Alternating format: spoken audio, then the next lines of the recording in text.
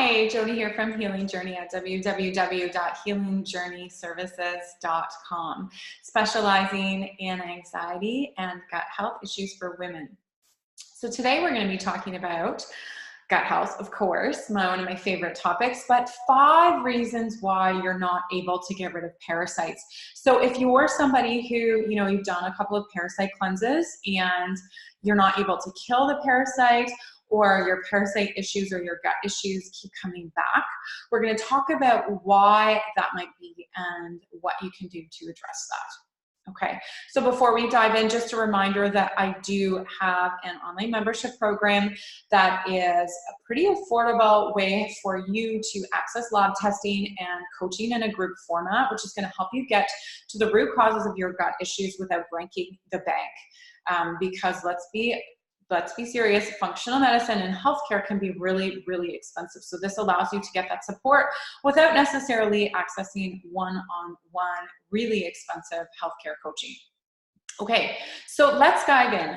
So reason number 1 why you're not able to get rid of parasites is that you have mold issues which are not being addressed, and or you're living in an environment that is moldy.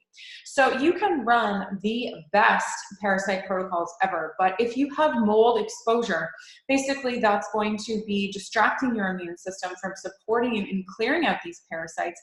It's also going to be, really affecting your liver. It's going to be causing a lot of issues with your gut and making nasty biofilms of mold in your gut. And so it's going to be really, really difficult for your body to effectively clear that. Maybe you need a couple of rounds because there's mold there. So if you're listening to this and this is you definitely need to do more mold testing. So an organic acid test through Great Plains Laboratory, the first page of that test is going to look at mold. You also might want to do a mycotoxin test through Great Plains Laboratory. And you want to make sure, this is key, that you're not living in a moldy place. Because if you're one of those people, 25% of the population doesn't have the genetics to detox mold, and you're living in a moldy environment, then that mold's going to be very, very impactful for you. And that's not going to be the focus of your body, isn't going to be clearing parasites. You're actually just creating an environment ripe for more parasites.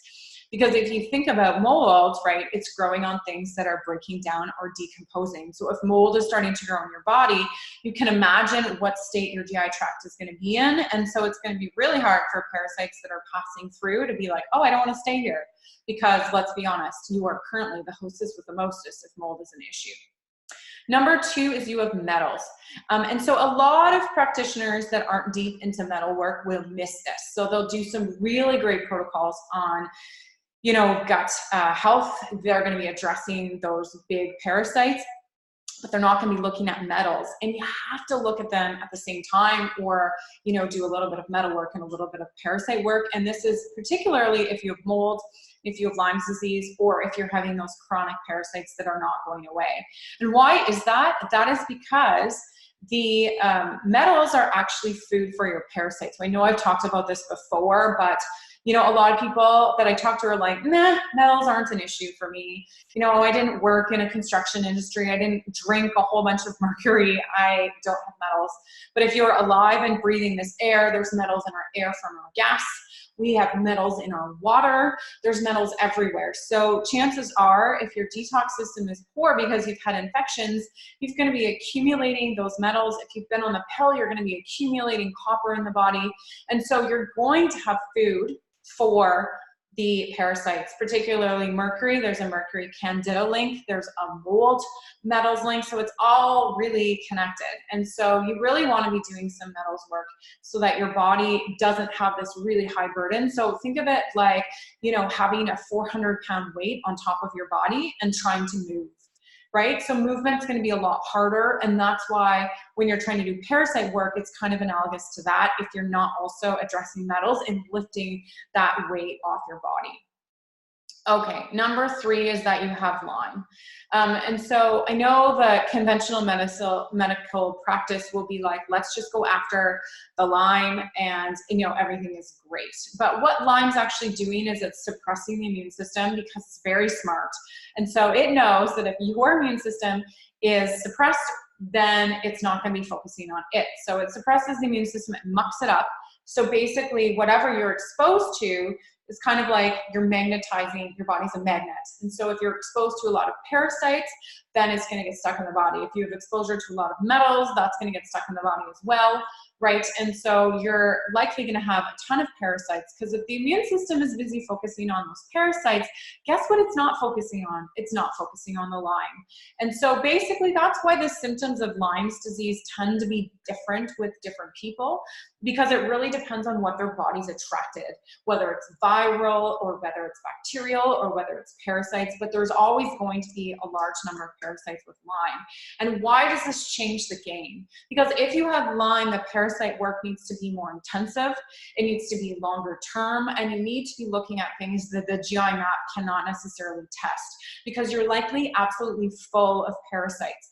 And so if you're running, you know, a basic 60-day protocol and you're full of parasites and you have Lyme, it's not going to work for you. You actually have to do pretty much at least a 90-day protocol to start clearing the body of the parasites. And when you're doing that, you're going to be doing metals work and ruling out mold as well.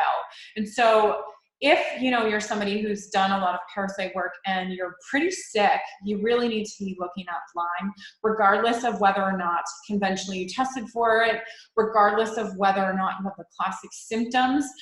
You know, if your immune system isn't working properly, there's definitely a reason why. You just need to find it out. Okay, number 4 is that you're not rotating your herbs. So, you know, some people will be on an herb for a long time, and what happens is the bacteria around the 30-day mark, 30 to 60 depending on the herb, is going to get immune to that herb, and so it's no longer going to be functioning. So you actually need to outsmart the parasite, because typically the parasite is smarter than you, and so you need to start rotating your herbs, or you need to start upping your doses.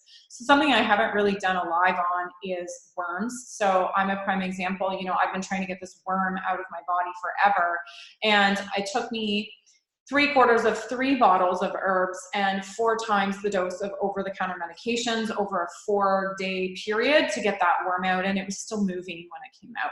And so this is where, you know, rotating your herbs is going to be really important. It's going to be particularly important if you have mold or Lyme and your immune system's compromised, but definitely look at that. And when we have something like Blastocystis hominis, for example, there's 9 different strains of the amoeba Blastocystis hominis, and it's highly known to be resistant. H. pylori is another one that's resistant. And so, you know, if one protocol isn't working for you, then you need to rotate onto a different protocol. And with Blasto, it actually could be several different protocols, and even medication, that's the one that's going to kill it for you, depending on what strain you have. So just because one protocol doesn't work doesn't mean that your body can't heal, and it doesn't mean that you should give up. You need to keep looking at different ways to treat it. Okay, and number 5, and this is the big one, it actually probably should have been number 1, is that you eat like shit.